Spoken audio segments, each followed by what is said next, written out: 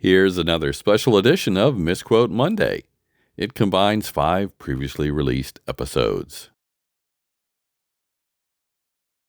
Did C.S. Lewis really say, "Education without values, as useful as it is, seems rather to make man a more clever devil"?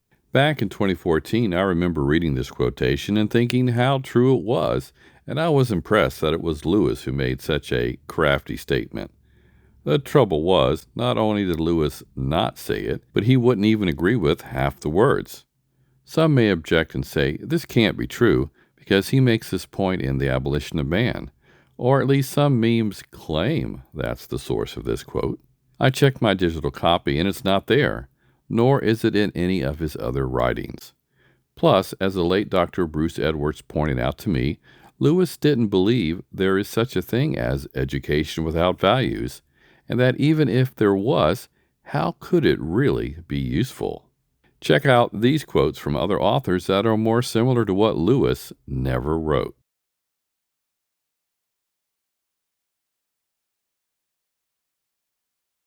Did C.S. Lewis really say, "Love is never wasted, for its value does not rest upon reciprocity"? Love is supposed to conquer everything, right?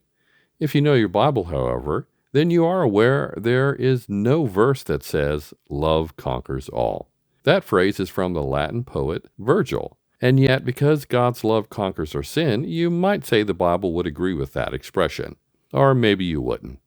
Likewise, the "love is never wasted" quotation, while not by Lewis, might possibly be something he'd concur with. Even so, let's credit the real author, Neil A. Maxwell, an elder from the Latter-day Saints, or at least that is the most likely source of the quote.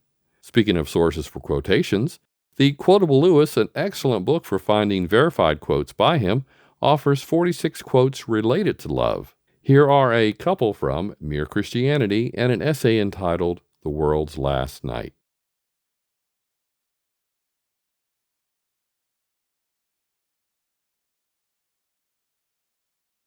Did C.S. Lewis really say, "The greatest evils in the world will not be carried out by men with guns, but by men in suits sitting behind desks"?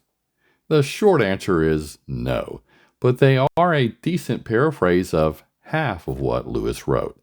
I tracked the quote to a 2012 book whose footnote stated it came from a 1983 speech by President Ronald Reagan.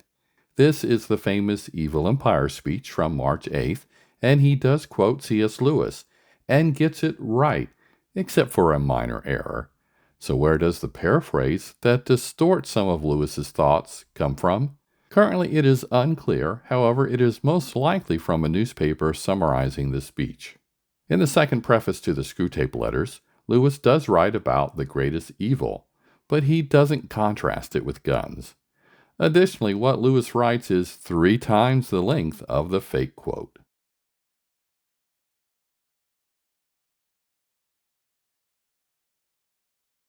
Did C.S. Lewis really say, "Isn't it funny how, day by day, nothing changes, but when you look back, everything is different"? There's a funny thing about this expression. When I look back on my research and the feedback I've received, a lot has changed. Initially, it seemed this quote might be from Prince Caspian, either the book or movie.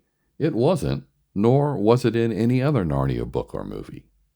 In the last few years, I've seen a single image suggesting it comes from the comic strip Calvin and Hobbes. However, the image on social media doesn't give a date for the comic. Then, these first 2 panes from a 1995 strip reveal wording by Calvin that is, well, different. Either way, Bill Watterson, the cartoonist who created Calvin and Hobbes, should have credit for the expression. However, Lewis did write something similar in Mere Christianity that could have been the inspiration for him.